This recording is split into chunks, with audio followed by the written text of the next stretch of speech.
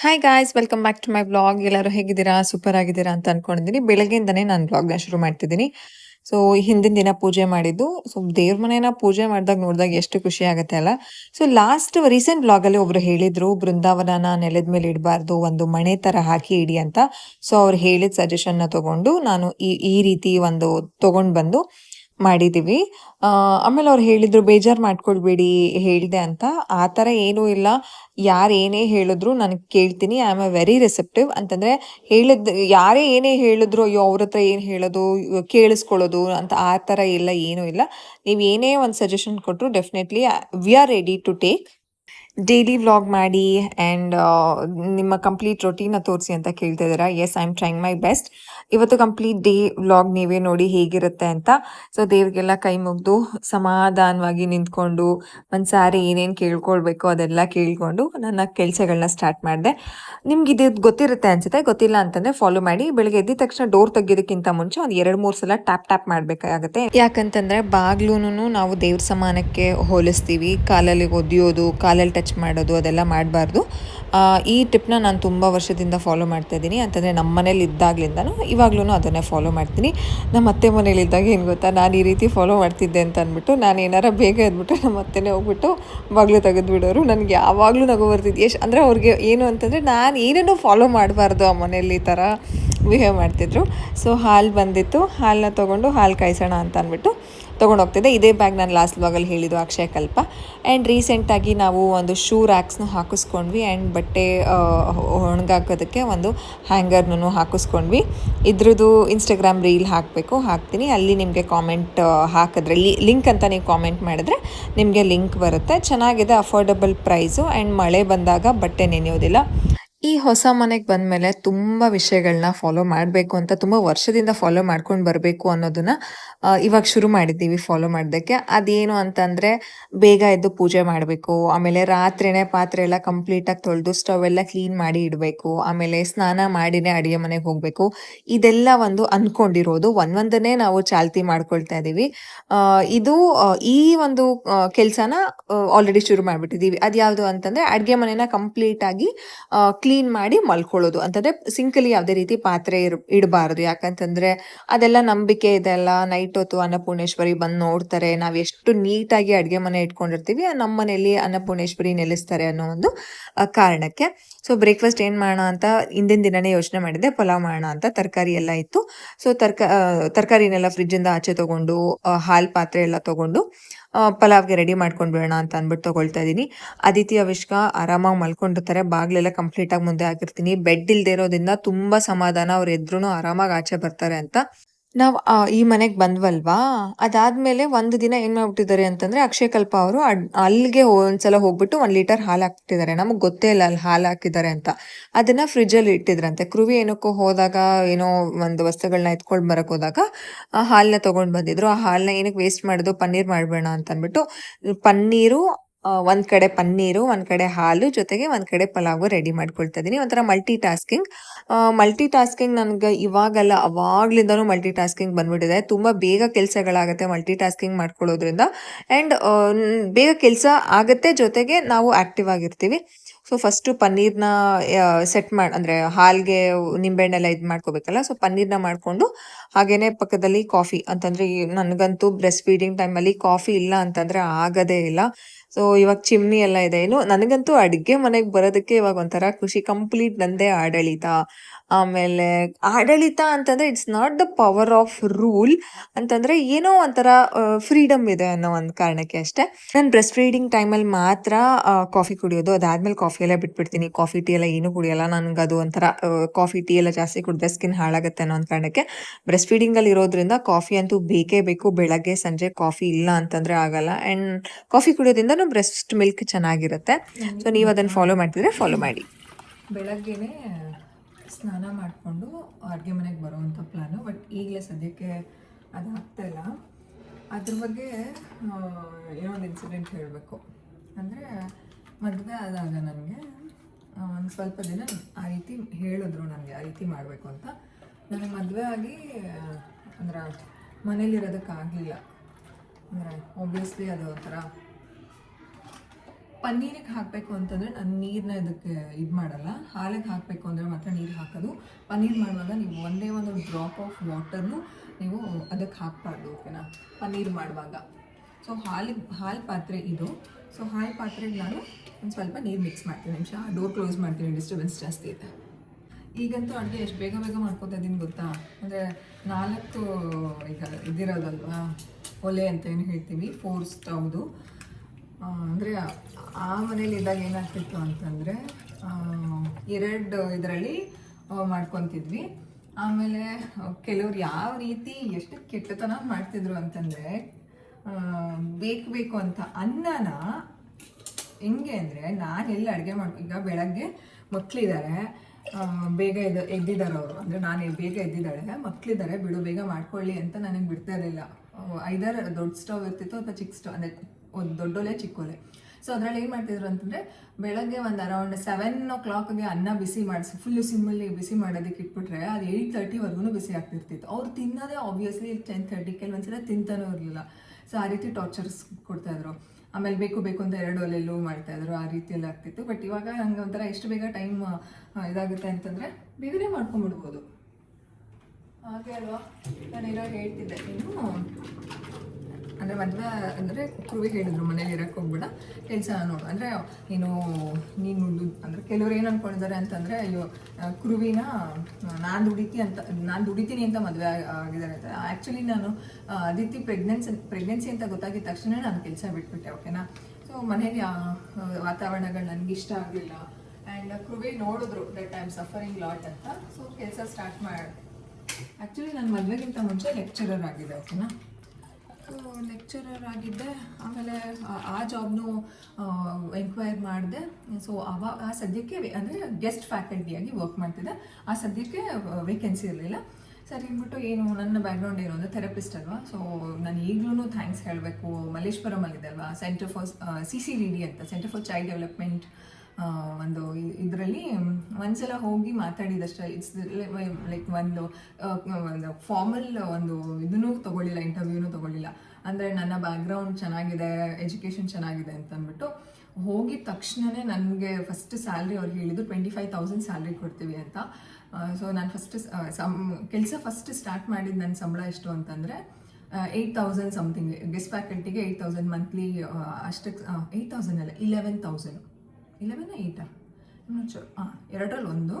ಆಮೇಲೆ 8 ಅನಿಸುತ್ತೆ, 11 ಅಲ್ಲ, ಮಾತಾಡಿದ್ದು 11. ಆಮೇಲೆ ನಂಬರ್ ಆಫ್ ಅವರ್ಸ್ನ ಕಡಿಮೆ ಮಾಡಿ 8 ಅಂತ ಹೇಳಿದ್ರು. ಆಮೇಲೆ ಈ ಒಂದು ಜಾಬಲ್ಲಿ 25,000ಗೆ ನಾನು ಕೆಲಸ ಮಾಡ್ತಿದ್ದೆ. ಅದಾದಮೇಲೆ ಹಾಗೇ ಮಾತಾಡಿಕೊಂಡು ಪಲಾವ್ ಮಾಡೋಣ ಅಂತ ಪ್ಲ್ಯಾನು ಮಾಡ್ತೀನಿ. ಆಮೇಲೆ 25,000ಗೆ ಇದು ಕೆಲಸ ಸಿಕ್ಕಿದ್ದು. ತುಂಬ ಚೆನ್ನಾಗಿತ್ತು. ಮಕ್ಕಳ ಜೊತೆ ಲೈಕ್ ಥೆರಪಿಸ್ಟು, ಲ್ಯಾಂಗ್ವೇಜ್ ಥೆರಪಿಸ್ಟು, ಆಮೇಲೆ ಸ್ಪೀಚು, ಬಿಹೇವಿಯರ್ ಥೆರಪಿಸ್ಟಾಗಿ ವರ್ಕ್ ಮಾಡ್ತಿದ್ದೆ. ನಾನು ಮದುವೆ ಆಗಿದ್ದು ಮೇ ಮಂತು. ಕೆಲ್ಸಕ್ಕೆ ಜಾಯ್ನ್ ಆಗಿದ್ದು 1.5 ತಿಂಗಳೇನೋ ಮನೇಲಿ ಅಷ್ಟೇ ಇದ್ದಿದ್ದು ನಾನು.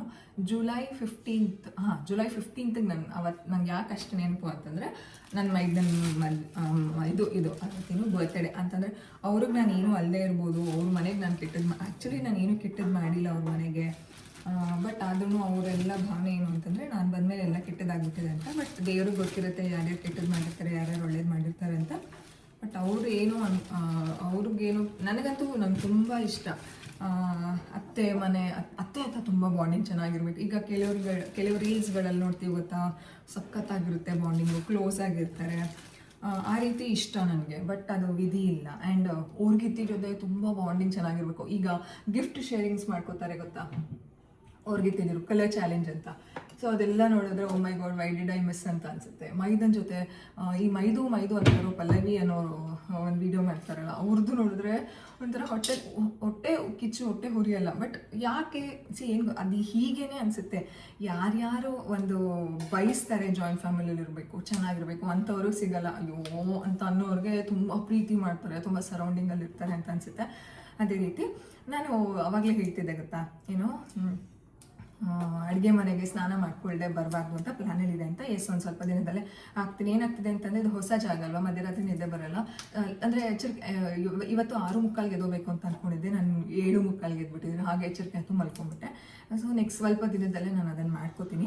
ಅಂದರೆ ಮದುವೆ ಆಗಿ ಹೊಸದ್ರಲ್ಲಿ ಹಾಗೆಯೇ ಅಡುಗೆ ಮನೆಗೆ ಹೋಗ್ತಿದ್ದೆ. ಆಮೇಲೆ ಇವತ್ತು ನಮ್ಮ ಒಂದು ಕ್ರೂವಿ ಸಂಬಂಧ ಇರ್ಬೋದು, ಅವ್ರ ತಮ್ಮನ ಸಂಬಂಧ ಇರ್ಬೋದು, ಅದಕ್ಕೆ ಹಾಳಾಗೋದಕ್ಕೆ ಒಬ್ಬರೇ ಕಾರಣ.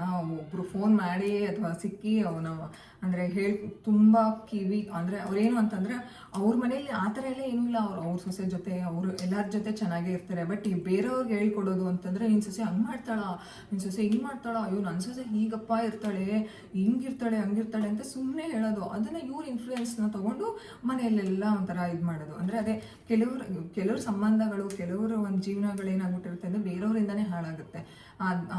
ನಮಗಂತೂ ಗೊತ್ತಿದ್ದು ಯಾರಿಂದ ಹಾಳಾಗ್ತಿದೆ ಅಂತ, ಅದು ಬೇರೆ ವಿಷಯ. ಅವ್ರ ಹತ್ರ ಕೇಳ್ಕೊಂಡು ನಮ್ಮ ಸೊಸೆ ಎಲ್ಲ ಸ್ನಾನ ಮಾಡಿದೆ ಅಡುಗೆ ಮನೆಗೆ ಹೋಗಿಲ್ಲ ಅಂತ ಹೇಳ್ತಿದ್ದೆ. ನನಗೂ ಒಂದು ಸ್ವಲ್ಪ ದಿನ ಹೇಳಿದ್ರು ಐ ಯೂಸ್ ಟು ಡೂ. ಆಮೇಲೆ ನಾನು ಕೆಲ್ಸಕ್ಕೆ ಹೋಗಬೇಕಿತ್ತು. ಎದ್ದಿದ ತಕ್ಷಣ ಕಸ ಗುಡಿಸಿ ಮನೆ ಒರೆಸ್ಬೇಕಿತ್ತು. 3 ಬೆಡ್ರೂಮು. ಹೆಂಗೆ ಅಂದರೆ ಜನಗಳು ನನ್ನ ಹತ್ರ ಮಾಡಿಸ್ತಿದ್ದು ಅಡುಗೆ ಮನೆನ 3 ಸಲ ಒರೆಸ್ಕೊ ಅಂತ ಅಂದ್ಬಿಟ್ಟು ಶಿಫ್ಟ್ ಸಿಟ್ ಆ್ಯಂಡ್ ಆರ್ಡರ್, ಓಕೆನಾ, ಆರ್ಡರ್ ಮಾಡ್ತಿದ್ರು. ಇವಾಗ ಹೆಂಗೆ ಅಂತಂದರೆ ಅರ್ಧ ಬಕೆಟಲ್ಲಿ, ನೀವು ನಂಬಲ್ಲ, ಅರ್ಧ ಬಕೆಟಲ್ಲಿ ಇಡೀ ಮನೇನ ಒರೆಸ್ತಾರೆ. ಓನ್ಲಿ 1 ಟೈಮ್ ಅಲ್ಲೇ ಕೂತಿರ್ತಾರೆ. She don't even talk. ಅದೇ ನಾನು ಹಂಗೆ ಪ್ರತಿದಿನ ನನಗೆ ಹೆಂಗೆ ರಿಯಲೈಸ್ ಆಗ್ತಿತ್ತು ಅಂತಂದರೆ ನನಗೆ ಹೆಂಗೆ ಮಾಡಿದ್ರು ಇವ್ರಿಗೆ ಹೆಂಗೆ ಮಾಡ್ತಿದ್ದಾರಪ್ಪ. ಅಂದರೆ ಆಮೇಲೆ ಸ್ವಲ್ಪ ದಿನ ಅಂತ ಆದಮೇಲೆ ಅನ್ನಿಸ್ತು, ನಮ್ಮದು ರಕ್ತ ಅಂತಂದರೆ ನಾವು ಕಷ್ಟ ಕೊಡೋಕ್ಕೆ ಹೋಗಲ್ಲ, ಬೇರೆಯವ್ರದ್ದು ಅಂತಂದರೆ ಆಬ್ವಿಯಸ್ಲಿ ಕಷ್ಟ ಕೊಡ್ತೀವಿ ಅಂತ. ಸೊ ಹಂಗೆ ಆ ರೀತಿ ನನಗೆ ಇರ್ತಿತ್ತು. ತಿಂಡಿ ನನ್ನದು ಬಾಕ್ಸ್ನ ನಾನು ಮಾಡಿಕೊಂಡು ಮನೆಯವ್ರಿಗೆಲ್ಲ ಮಾಡಿ after some point of days ನನಗೆ ಗೊತ್ತಾಯಿತು ದಟ್ ನಾನು ಮಾಡಿರೋದು ಅವ್ರು ತಿಂತಿಲ್ಲ ಅಂತ. ಬಟ್ ಸ್ಟಿಲ್ ನಾನು ಆ ಥರ ಎಲ್ಲ ಮಾಡಿ ಹೋಗ್ತಿಲ್ಲ. ನಾನು ಏನು ಈಗ ನಮ್ಮ ಮನೇಲಿ ಹೆಂಗೆ ಅಂತಂದರೆ, ಅಮ್ಮನ ಮನೆ, ನಮ್ಮ ಅಪ್ಪ ಅಮ್ಮ ಹೆಂಗೆ ಬೆಳೆಸಿರೋದು ಅಂತಂದರೆ ಪ್ರತಿದಿನ ಒಂದು ಬ್ರೇಕ್ಫಾಸ್ಟು, ಅಂದರೆ ಬೆಳಗ್ಗೆ ಎದ್ದ ತಕ್ಷಣ ಏನಾದರೂ ಒಂದು ಬ್ರೇಕ್ಫಾಸ್ಟ್ ಮಾಡಿ. ಬಟ್ ಅವ್ರಿಗೆ ಯಾವ ರೀತಿ ಎಕ್ಸ್ಪೆಕ್ಟ್ ಮಾಡ್ತಿದ್ರು ಅಂತಂದರೆ, ಅನ್ನ ಸಾಂಬಾರೇ ತಿನ್ನೋಕ್ಕಾಗಲ್ವಾ, ಬ್ರೇಕ್ಫಾಸ್ಟೇ ಬೇಕಾ, ಅಂದರೆ ಎಲ್ಲದರಲ್ಲೂ ಶೋಕಿ, ಆ ರೀತಿ ಎಲ್ಲ ಮಾತಾಡ್ತಾರೆ. ನಾನು ಬಾಕ್ಸಿಗೆ ಏನು ಬೇಕು, ಇವಾಗ ಆಫೀಸ್ಗೆ ಹೋಗೋರು ಪ್ರತಿದಿನ ಅನ್ನ ಸಾಂಬಾರೇ ತೊಗೊಂಡೋದ್ರೆ ಏನಂತಾರೆ ಹೇಳಿ. ಅಂದರೆ ಬೇರೆಯವ್ರನ್ನ ಮೆಚ್ಚಿಸೋದಕ್ಕಿಂತ ಅಟ್ಲೀಸ್ಟ್ ನನಗಾದರೂ ಇಷ್ಟ ಆಗಬೇಕಲ್ಲ ಬೆಳಗ್ಗೆನೆ. ನಾನು I use to do. Initially ಸ್ವಲ್ಪ ದಿನ ಕೇಳ್ತಿದ್ದೆ. ದ ರೆಸ್ಪಾನ್ಸ್ ವಾಸ್ ಲೈಕ್, ನಿಮ್ಗೆ ಏನು ಬೇಕೋ ಮಾಡ್ಕೊ, ನಿಮ್ಗೆ ಏನು ಬೇಕೋ ಮಾಡ್ಕೊ. ಬಟ್ ಆಮೇಲೆ ಎಂಡ್ ಆಫ್ ದ ಡೇಲಿ ಅಯ್ಯೋ ಅವ್ಳಿಗೆ ಏನು ಬೇಕೋ ಮಾಡ್ಕೊಂಡಿದ್ದಾಳೆ, ಆಮೇಲೆ ಸರಿ ಬಿಡು ಅಂದ್ಬಿಟ್ಟು ನಾನು ತಲೆ ಕೆಡ್ಸ್ಕೊಳಕ್ಕೆ ಹೋಗಿಲ್ಲ. ನನ್ನ ಪಾಡಕ್ಕೆ ನಾನು ಮಾಡ್ಕೊತಿದ್ದೆ. ಆಮೇಲೆ ಹೋಗ್ತಾ ಹೆಂಗಾಯಿತು ಅಂತಂದರೆ, ಅದೇ ಅಂದರೆ ದೂರ್ತಿದ್ರು, ಏನೋ ಸ್ನಾನ ಮಾಡ್ಕೊಳ್ದೆ ಒಳಗಡೆ ಹೋಗ್ತಾರೆ, ಸ್ನಾನ ಮಾಡ್ಕೊಳ್ದೆ ಒಳಗಡೆ ಹೋಗ್ತಾರೆ. ನನ್ನ ಕಷ್ಟಗಳು ನನಗೆ ಗೊತ್ತಿರುತ್ತೆ. ಹೆಂಗೆ ಅಂತಂದರೆ ಎಷ್ಟೊಂದು ಸಲ ಹೆಂಗಾಗಿದೆ ಅಂದರೆ, I use to ride bike and go, ಓಕೆನಾ. ಅಂದರೆ 9:15 ಒಂದು ಆಫೀಸ್ಗೆ 9:15 ಬಿಟ್ಟಿದ್ದೀನಿ, ಲೇಟಾಗಿ ಲಾಗಿನ್ ಆಗಿದ್ದೀನಿ. ಆ ಒಂದು ಸಿಚುಯೇಷನ್ಸ್ ನನಗೆ ಗೊತ್ತು. ನಾವು ಲೇಟಾಗಿ ಲಾಗಿನ್ ಆಗ್ತಿರೋದಕ್ಕೆ ಪೇ ಔಟ್ ಅದರಲ್ಲಿ ನೀವು ಕಟ್ ಮಾಡಿಸ್ಕೊಡ್ತಿದ್ದಿದ್ದು ನಾನು. ಸೊ ಪಾಪ ತುಂಬ ಸಪೋರ್ಟಿವ್ ಇದ್ರು ಇನ್ ದ್ಯಾಟ್ ಮ್ಯಾಟರ್. ಅದೆಲ್ಲ ಇದು. ಆಮೇಲೆ ಅದೇ ಕೆಲಸ ಎಲ್ಲ ಮಾಡಿ ಬ್ರೇಕ್ಫಾಸ್ಟ್ ಮಾಡಿ ನಾನು ತಿಂತಾನೇ ಇರಲಿಲ್ಲ ಗೊತ್ತಾ. 11:30 ಹಾಗೆ ಯಾವುದಾದ್ರೂ ಒಂದು ಸ್ವಲ್ಪ ಶಾರ್ಟ್ ಬ್ರೇಕ್ ಇದ್ದರೆ, ಮಗು ಯಾವುದಾದ್ರೂ ಲೇಟಾಗಿ ಬಂದಿದ್ದರೆ ಅವಾಗ ತಿಂದಿರ್ತಿದ್ದೆ, ಇಲ್ಲಾಂದರೆ ಮಧ್ಯಾಹ್ನನೇ ಊಟ ಮಾಡ್ತಿದ್ದಿದ್ದು. ಆ ರೀತಿ ಸಿಚುಯೇಷನ್ಸ್ ಇರ್ತಿತ್ತು. ಹೆಂಗೆ ಫಾಸ್ಟಾಗಿ ಹೋಗ್ತಿದೆ ಅಂತಂದರೆ, ನನಗೆ ಅಂದರೆ ನಾನು ಬೈಕು ಯಾವಾಗಿಂದ ಓಡಿಸ್ತಿರೋದು, ಡಿಗ್ರಿಗಿಂತ ಮುಂಚೆಯಿಂದನೇ ಓಡಿಸ್ತಾ ಇದ್ದೀನಿ. PU ಆಗಿದ ತಕ್ಷಣವೇ ನಾನು ಬೈಕ್ ಎತ್ಕೊಂಬಿಟ್ಟೆ. ನನಗೆ ಚೆನ್ನಾಗಿ ಓಡಿಸೋಕೆ ಬರುತ್ತೆ ಬೈಕ್. ಹಂಗಂದ್ರೆ ನಾನು ಯಾವ ರೀತಿ ಅಂದರೆ ಕಾಲು ಬಿಡದೆ ಓಡಿಸ್ಕೊಳ್ತೀನಿ. ಆ ಥರ ಸಿಗ್ನಲ್ ಎಷ್ಟೇ ಟ್ರಾಫಿಕ್ ಇದ್ರೂ ನಾನು ಬ್ಯಾಲೆನ್ಸ್ ಮಾಡ್ಕೊಂಡು ಆ ರೀತಿ ಓಡಿಸ್ತಿದ್ದು. ಅಷ್ಟು ಫಾಸ್ಟಾಗಿ ಹೋಗ್ತಿದ್ದೆ. ಸ್ವಲ್ಪ ದಿನ ಹಂಗೆ ಏನಾಯಿತು ಅಂತಂದರೆ, ಇನ್ನೊಬ್ಬರು ಅಂತಂದರೆ ಏನಂತ ಹೇಳೋದು, ನಾನಿವಾಗ ಆ ಮನೆಗೆ ಯಾವ ರೀತಿನೋ ಅದೇ ರೀತಿ ಇನ್ನೊಬ್ರು ಮನೆಗೆ ಬಂದರು. ಅವ್ರಿಗೆ ಹೆಂಗೆ ಅಂತಂದರೆ, ಅವ್ರನ್ನ ಒಂಥರ ಮಾದರಿ ಸೊಸೆ ಮಾಡಬೇಕು ಅಂತ ಪ್ಲ್ಯಾನ್ ಅವ್ರದ್ದು. ಮಾದರಿ ಸೊಸೆ ಅಂತಂದರೆ, ದೊಡ್ಡವಳು, ಯಾವುದಕ್ಕೂ ಲಾಯಕ್ಕಿಲ್ಲ, ಯಾವುದಕ್ಕೂ ಕೆಲಸ ಏನು ಅಂದರೆ she is not fit to our home. ನಾನು ನೋಡು ನನ್ನ ಸೊಸೆನ ಹೆಂಗೆ ಇದು ಮಾಡ್ತೀನಿ ಅಂತ. ಆ ರೀತಿ ಹೆಂಗೆ ಮಾಡ್ತಿದ್ರು ಅಂತಂದರೆ, ಅವ್ರಿಗೆ ಬೆಳಗ್ಗೆ ಎದ್ದಿದ ತಕ್ಷಣ she use to go and give towel, ಆ ಬಟ್ಟೆ ಎಲ್ಲ ರೆಡಿ ಮಾಡಿ ಸ್ನಾನ ಮಾಡಿಸಿ ಅಡುಗೆ ಮನೆ ಕರ್ಕಿ ಅದಾಯಿತು. I was just watching. Okay, ಅಂದರೆ ಪ್ರತಿ ಒಂದರಲ್ಲೂ ಮಾದರಿ ಸೊಸೆ ಥರ ಇದು ಮಾಡ್ತಾಯಿದ್ರು. I use to watch. But ಅದಾಗಿದ್ದು ಓನ್ಲಿ 1 ವೀಕ್ ಗೊತ್ತಾ.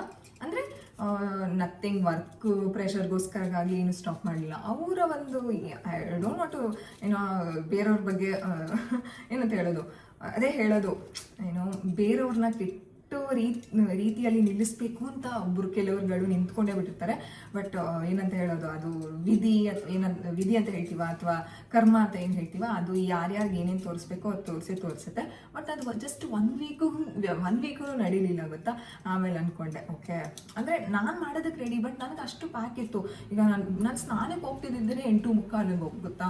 ಅಂದರೆ ಅವಾಗಿಂದನೂ ಅಷ್ಟೇ ನಾನು ಫೇಸ್ ಪ್ಯಾಕ್ ಹಾಕೊಂಡು ನಾನು ಏನೋ ಅಂದರೆ ಕೆಲವರು ಹೆಂಗೆ ಮಾತಾಡೋದ್ರು ಅಂತಂದರೆ ಅಪ್ಪನ ಮನೇಲಿ ಏನು ಗತಿ ಇರಲಿಲ್ಲ, ಇಲ್ಲಿ ಬಂದ ಮೇಲೆ ಶೋಕಿ ತೋರಿಸ್ತಾರೆ, ಹಾಗೇನಿಲ್ಲ ಗುರು.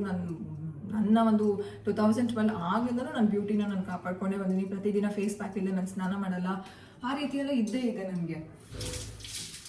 ಆ ರೀತಿಯೆಲ್ಲ ಮಾತಾಡ್ತಾ ಇದ್ರು ನನಗೆ. ಅಂದರೆ ನಮ್ಮ ಅಪ್ಪ ಅಮ್ಮ ನಮಗೆ ತುಂಬ ಚೆನ್ನಾಗಿ ಸಾಕಿದ್ದಾರೆ. ಇಟ್ಸ್ ಲೈಕ್ ಹಿಂಗೆ ಹೇಳೋದು, ಗೋಲ್ಡನ್ ಸ್ಪೂನ್ ಅಂತ ನಾವು ಹೇಳಲ್ಲ, ಅಂದರೆ ಹೈ ಮಿಡಲ್ ಕ್ಲಾಸ್ ಫ್ಯಾಮಿಲಿನೇ ನಮ್ಮದು. ಅಂದರೆ ಬಟ್ ಇಲ್ಲಿ ಮಾತಾಡ್ತಿದ್ದು ಆ ರೀತಿ ಏನೂ ಇಲ್ಲದೇ ಬಂದ್ಬಿಟ್ಟಿದ್ದಾಳೆ ಹಾಗೆ ಹೀಗೆ ಅಂತ. ಆ ರೀತಿ ಎಲ್ಲ ಏನೂ ಇಲ್ಲ. ಅದೇ ಏನು ಮಾಡೋಕ್ಕಾಗಲ್ಲ. ಅಂದರೆ ನಂಗೆ ಇವಾಗ ಅಂದರೆ ಆ್ಯಕ್ಚುಲಿ ಇವಾಗ ಏನೋ ಪೂಜೆ ಮಾಡಿ ಅಡುಗೆ ಮನೆಗೆ ಬರಬೇಕು ಅಂತ ಅಂದ್ಕೊಂಡಿದ್ದು. ಬಟ್ ಇವಾಗ ಹಂಗೆ ಬಂದು ಇದು ಮಾಡಿದ್ನಲ್ಲ, ಸೊ ನಿಮ್ಮ ಹತ್ರ ಶೇರ್ ಮಾಡ್ಕೊಳ್ಳೋಣ ಅಂತ ಅಂದ್ಬಿಟ್ಟು ಶೇರ್ ಮಾಡಿಕೊಂಡೆ. ಸೊ ಪಲಾವ್ ರೆಡಿ ಮಾಡಿಕೊಂಡು ಹಾಗೆ ಪನ್ನೀರ್ ಮಾಡ್ಕೊಂಡ್ಬಿಡ್ತೀನಿ. ಬನ್ನಿ.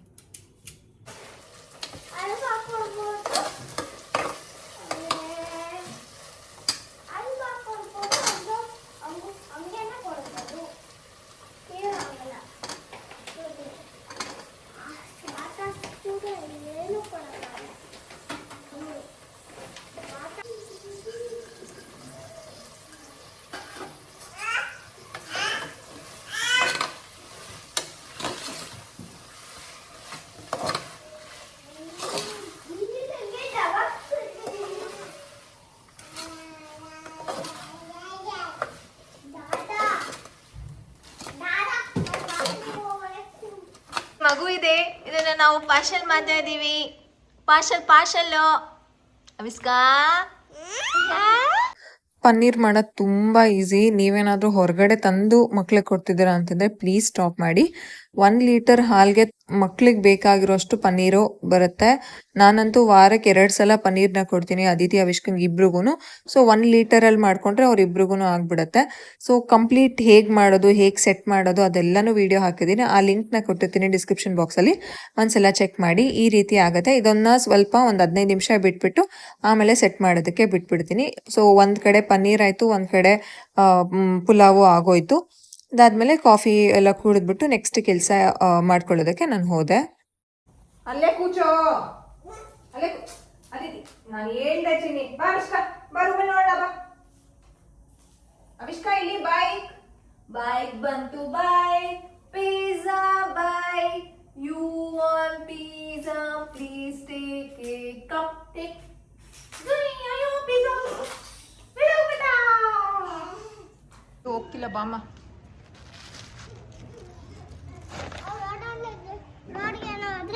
ಎಲ್ಲೂ ಹೋಗಲ್ಲ, ನಡೀರಿ.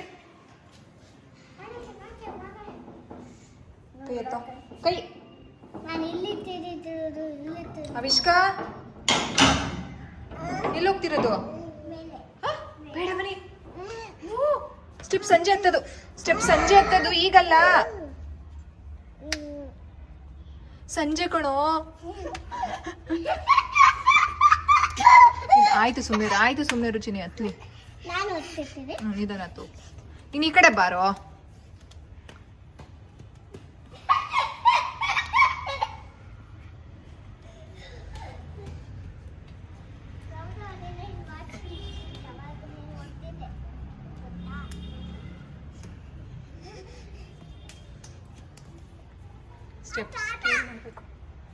ಸಂಜೆ ಕಸ ಗುಡ್ಸೋಣ ಬಾ.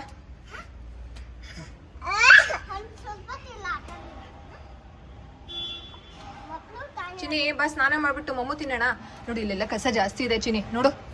ಬನ್ನಿ, ಕ್ಲೀನ್ ಮಾಡಿದ್ಮೇಲೆ ಕರ್ಕೊಂಬರ್ತೀನಿ ಸಂಜೆ ಆದ್ರೆ. ಬಾ ಬನ್ನಿ. ರೂಮ್ ಕತೆ ನೋಡಿ, ಆಲ್ಮೋಸ್ಟ್ ಅಲ್ಲಿ ಸೆಟ್ ಆಗಿದೆ. ಇಲ್ಲೆಲ್ಲ ಆಲ್ಮೋಸ್ಟ್ 90% ಇರೋದೇ ಅದಿತೀಸ್ ಟಾಯ್ಸ್, ಅವಿಷ್ಕಾ ಟಾಯ್ಸ್. ಸೈಕಲ್ ಅಂತೆ, ಈ ಪಿಂಕ್ ಕಲರ್ ಕಾರು. ಕೊಡ್ಲಾ? ಇನ್ನು ಇದನ್ನ ನಾವು ಟಾಯ್ಸ್ ರೂಮು ಮತ್ತು ಸ್ಟುಡಿಯೋ ರೀತಿ ಪ್ಲಸ್ ಟಾಯ್ಸ್ ರೂಮ್ ಕಂಪ್ಲೀಟು ಅಂತ ಅಂದ್ಕೊಂಡಿರೋದು. ಆ್ಯಕ್ಟಿವಿಟಿ ಆಮೇಲೆ ಹೋಮ್ ಸ್ಕೂಲಿಂಗ್ ಎಲ್ಲ ಇಲ್ಲೇ ಮಾಡೋಣ ಅಂತ ಅಂದ್ಬಿಟ್ಟು. ಸೊ ಈ ಟೇಬಲ್ನು ಹಾಕಿಸ್ಕೊಂಡ್ವಿ. ಇಲ್ಲೇ ಕಂಪ್ಲೀಟು ಲ್ಯಾಪ್ಟಾಪು ಆರ್ಡರ್ಸ್ನ ತೊಗೊಳ್ಳೋದು ಇದೆಲ್ಲ ಇಲ್ಲೇ ಲಾಸ್ಟ್ ಒಂದು ವ್ಲಾಗಲ್ಲಿ ಏನಾಯಿತು ಬಟ್ಟೆ ಕತೆ ಅಂದರೆ ಹೊಸ ನ್ಯೂ ಬಿಸ್ನೆಸ್ ಕತೆ ಏನಾಯಿತು ಅಂತ ಯಾರೊಬ್ರು ಕಾಮೆಂಟ್ ಮಾಡಿದರು. ಸೊ ಕತೆ ಏನೂ ಆಗಿಲ್ಲ, ಅದು ಸೂನಾಗೆ ಸ್ಟಾರ್ಟ್ ಆಗುತ್ತೆ. ನೆಕ್ಸ್ಟ್ ವೀಕಿಂದ ಆಲ್ಮೋಸ್ಟ್ ಸ್ಟಾರ್ಟ್ ಆಗಿಬಿಡುತ್ತೆ. ಎಲ್ಲ ಸ್ವಲ್ಪ ಹಳೆ ಮನೆ ಅದಿತಿ ಟೈಮಲ್ಲಿ ಮಾಡ್ಕೊಂಡಿದ್ದು ರೂಮ್ದು ಇದು ಬಕೆಟ್ಸ್ ಎಲ್ಲ ಅದರಲ್ಲಿ ಏನೇನಿದೆ ಅಂತ ನೋಡಬೇಕು, ಎಲ್ಲ ಡಿಸ್ಕಾರ್ಡ್ ಮಾಡಬೇಕು ಬೇಡದೇ ಇರೋದು. ಸೊ ಅದೆಲ್ಲ ಟಾಯ್ ಬಾಕ್ಸ್ ನೀವು ಲಾಸ್ಟ್ ತುಂಬ ಹಳೆಯ ವ್ಲಾಗಲ್ಲಿ ನೋಡಿದ್ದೀರಲ್ವ ಟಾಯ್ ಬಾಕ್ಸು, ಇದೆಲ್ಲ ಹಿಂಗೆ ಹರಡಿದೆ, ಒಂದೊಂದೇ ಮಾಡ್ಕೋತಾ ಇದ್ದೀವಿ ನೋಡಿ. ಟಾಯ್ಸ್ ಎಲ್ಲ ಹಂಗೆ ಜೋಡಿಸಿದ್ದೀವಿ. So this is our story. ಎಲ್ಲ ಕೆಲಸ ಆದಮೇಲೆ ಸ್ನಾನ ಎಲ್ಲ ಮಾಡಿ ಬ್ರೇಕ್ಫಾಸ್ಟ್ ಆಯಿತು 3 ಜನದ್ದು. ಅಂತಂದರೆ ಅವಿಷ್ಕಂಗೆ ಊಟ ಬೆಳಗ್ಗೆ ಬ್ರೇಕ್ಫಾಸ್ಟ್ ಕೊಡ್ತಿದ್ದೀರಾ, ಅವರ ರೊಟೀನ್ ಹೇಳಿ ಫುಡ್ದು ಅಂತ ಕೇಳ್ತಿದ್ದೀರಾ. ನಾನು ಅದನ್ನು ಶೇರ್ ಮಾಡ್ತೀನಿ ಸೂನಾಗಿ. ಆ್ಯಂಡ್ ಮಧ್ಯಾಹ್ನಕ್ಕೆ ನಾನು ಅವರಿಬ್ರಿಗೂ ಸೊಪ್ಪಿನ ಪುಡಿ ಹಾಕಿಬಿಟ್ಟು ಕಿಚಡಿ ಮಾಡ್ಕೊಡ್ತಿದ್ದೀನಿ. ಈ ರೆಸಿಪಿನೂ ಡಿಸ್ಕ್ರಿಪ್ಷನ್ ಬಾಕ್ಸಲ್ಲಿ ಹಾಕಿರ್ತೀನಿ, ಚೆಕ್ ಮಾಡಿ. ಸೊ ಡೈಲಿ ವ್ಲಾಗ್ಸ್ ಮಾಡಿ ಅಂತ ಕೇಳ್ತಾ ಇದ್ದೀರಾ, definitely I will try my best to do daily vlogs. So next ವೀಡಿಯೋದಲ್ಲಿ ಸಿಗೋಣ. ಚಾನೆಲ್ನ ಸಬ್ಸ್ಕ್ರೈಬ್ ಮಾಡ್ಕೊಳ್ಳಿ, ಲೈಕ್ ಮಾಡಿ, ಕಾಮೆಂಟ್ ಮಾಡಿ, ಆ್ಯಂಡ್ ನಿಮ್ಮ ಫ್ರೆಂಡ್ಸ್ ಆ್ಯಂಡ್ ಫ್ಯಾಮಿಲಿಗೆ ಶೇರ್ ಮಾಡಿ. ಆ್ಯಂಡ್ ಆಲ್ಸೋ ಇನ್ಸ್ಟಾಗ್ರಾಮ್ ಪೇಜ್ನ ಫಾಲೋ ಮಾಡೋದನ್ನು ಮರಿಬೇಡಿ. New updates, new toy series videos ಎಲ್ಲ ನಾನು ಅದರಲ್ಲೇ ಲಿಂಕ್ ಹಾಕ್ತಿರ್ತೀನಿ. You can check there. So next ವೀಡಿಯೋದಲ್ಲಿ ಸಿಗ್ತೀನಿ. ಬಾಯ್.